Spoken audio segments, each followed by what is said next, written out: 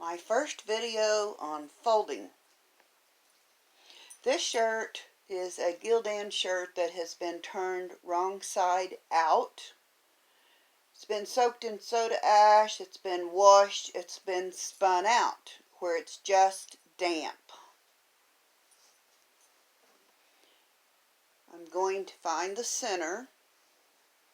You do that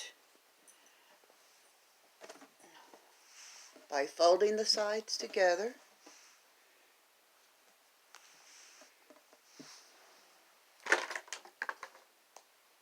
Take a washable marker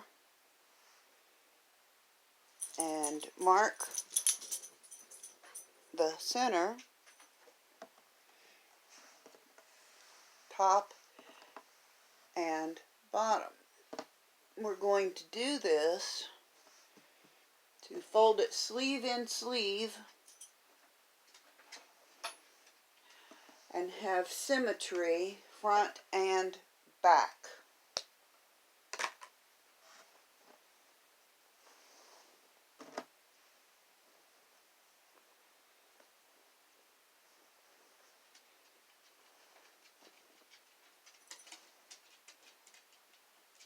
I'm putting one sleeve inside the other. I'm lining up the seam at the bottom of the sleeve. I also line the shoulder seams up together. Doing this causes the front and the back to be together for the design and for symmetry.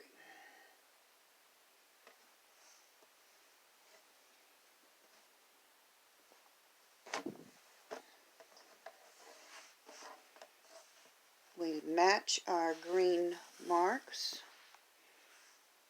We take out any extra folds that we might have or wrinkles.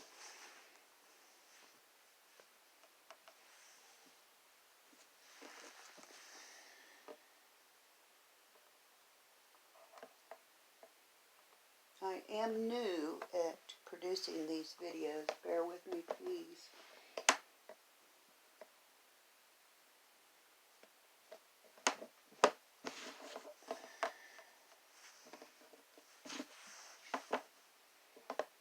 Alright. For this pattern, which is a variant on the wigwag, I'm going to have the shirt folded in half. I'm going to fold it in half once more after I get all the wrinkles out.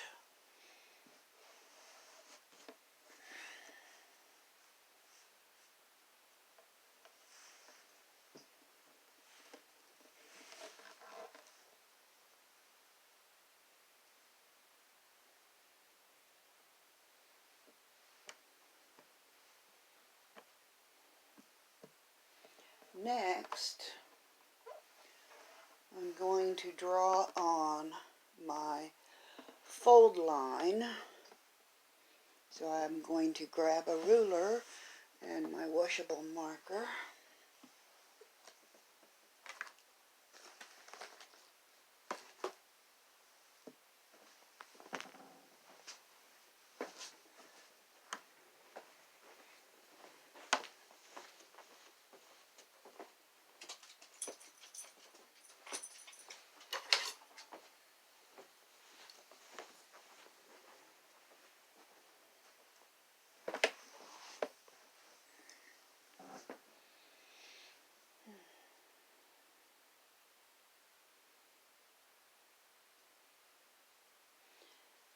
This is going to be a wigwag variant.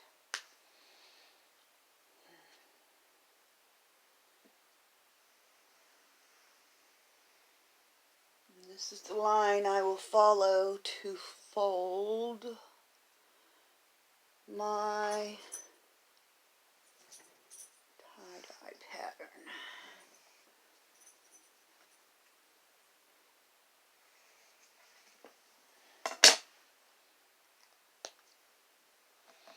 Make your pleats as small as possible. You have thick material It's going to be difficult to get dye all the way through the material as it is, so please be sure your pleats are small. You fold along the line. I like to fold the whole project at the same time. Some people only do the front, and some people make their long folds after they have folded their line.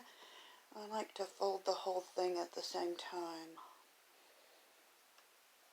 I think the folds are more even when I do it that way. It's kind of self-explanatory if you watch what I'm doing. When I say I'm folding, this is what I'm talking about.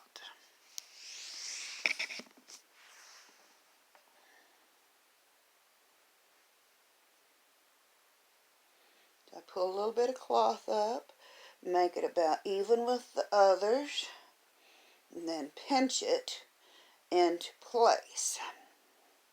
Because it's damp with soda ash, it kind of stays in that place.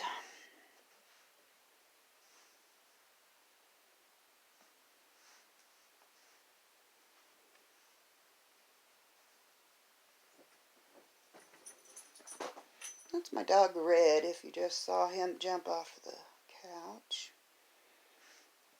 He's my best friend. Keeps me company while I do everything, and keeps me sane. Here's what the folds are looking like.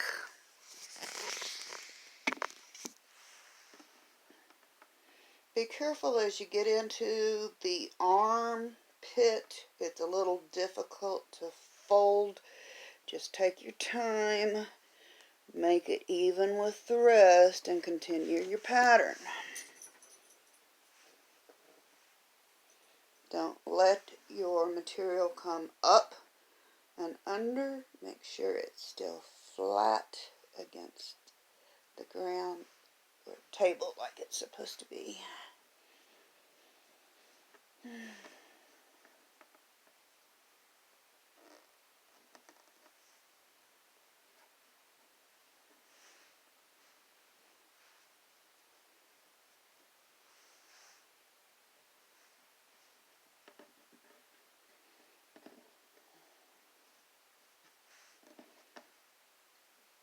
Notice that when I pick it up and move it, I'm moving all the layers of the material, not just the top layer. We want all the layers folded, and this is a thick fold. Now, when you have thick folds like this, it means that when you start putting dye on, you have to be very cautious that you get good saturation, or you'll end up with a bunch of white.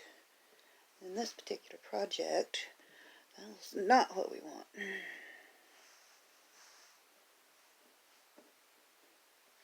I concentrate, I focus. It's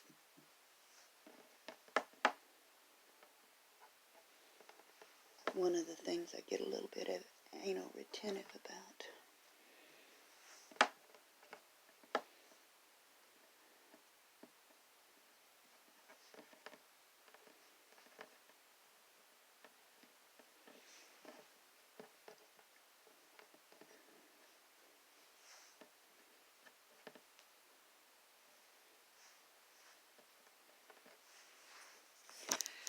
The finished line fold.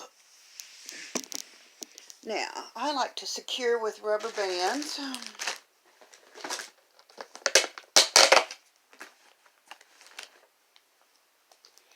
And you want to make sure that the rubber band you put on the line is big enough not to make your project buckle.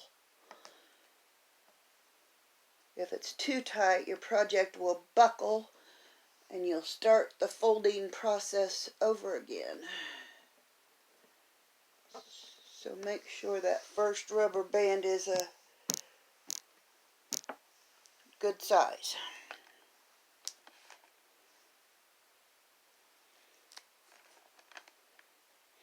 I like to put my rubber bands on in about the space distance that I like to change dye.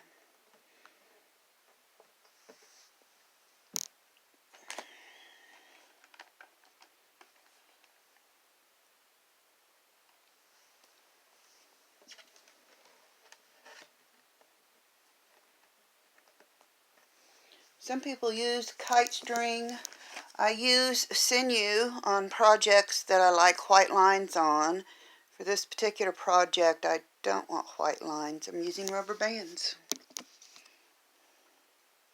If you slide them along the table under your project and then release them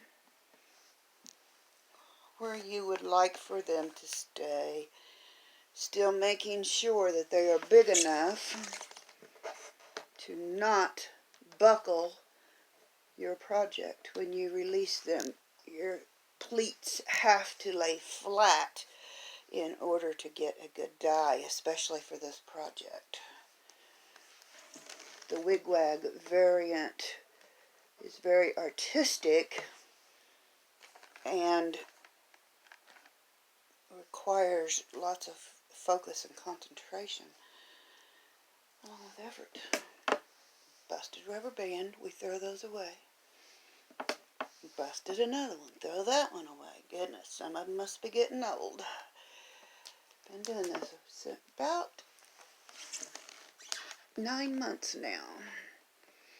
I really like it. Started doing it with the little kids next door because we needed a project to keep us busy. And I've just continued to do it. I love it. I've started buying product from some of the manufacturers of the really good stuff, like Dharma Trading Company and Hobby Lobby.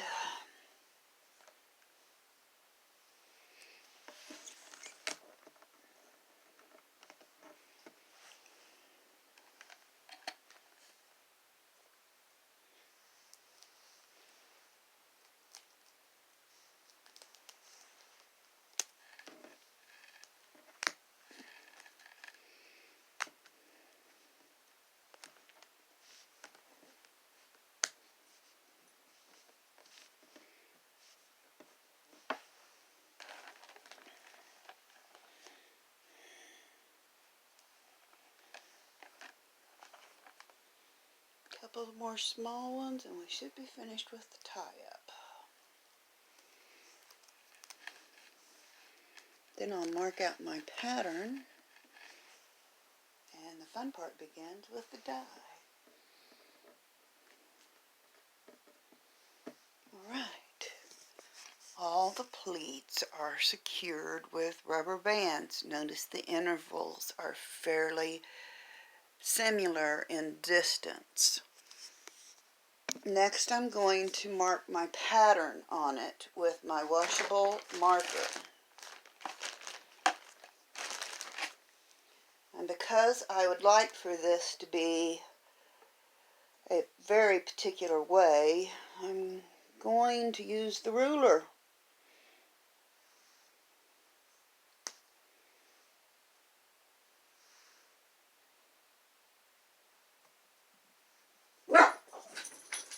Red, quit. No barking, I'm videoing.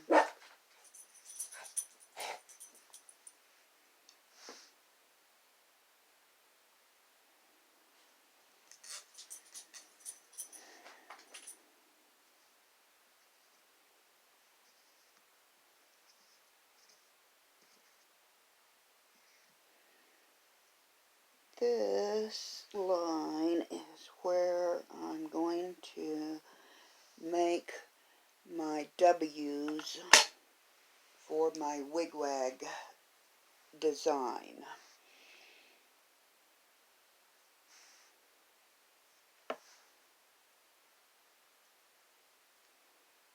I completed one other wigwag design not long ago.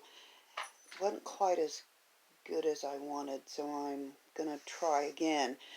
Let's see.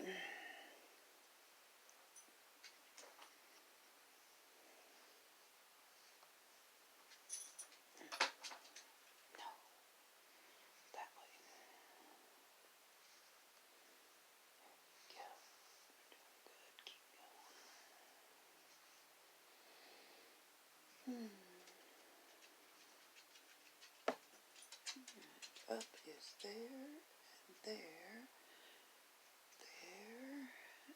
there, there. Down is there, and there, and there, so that I can mark the other side the same way. So now I'm going to turn it over and do the same thing, draw out my design on the other side, exactly the same. Okay.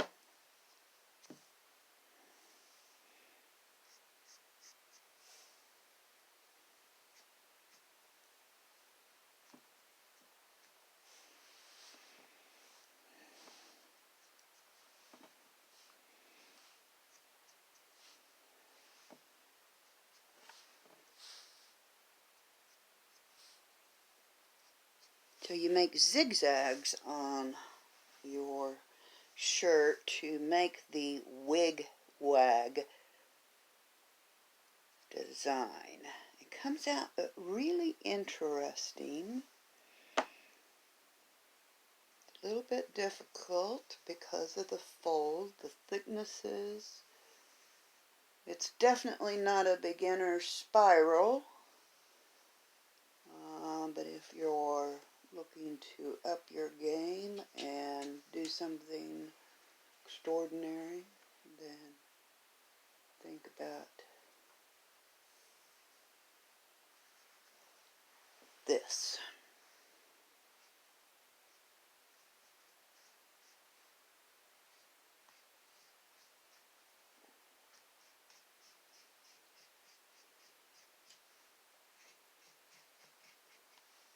Sure am glad this is a washable marker.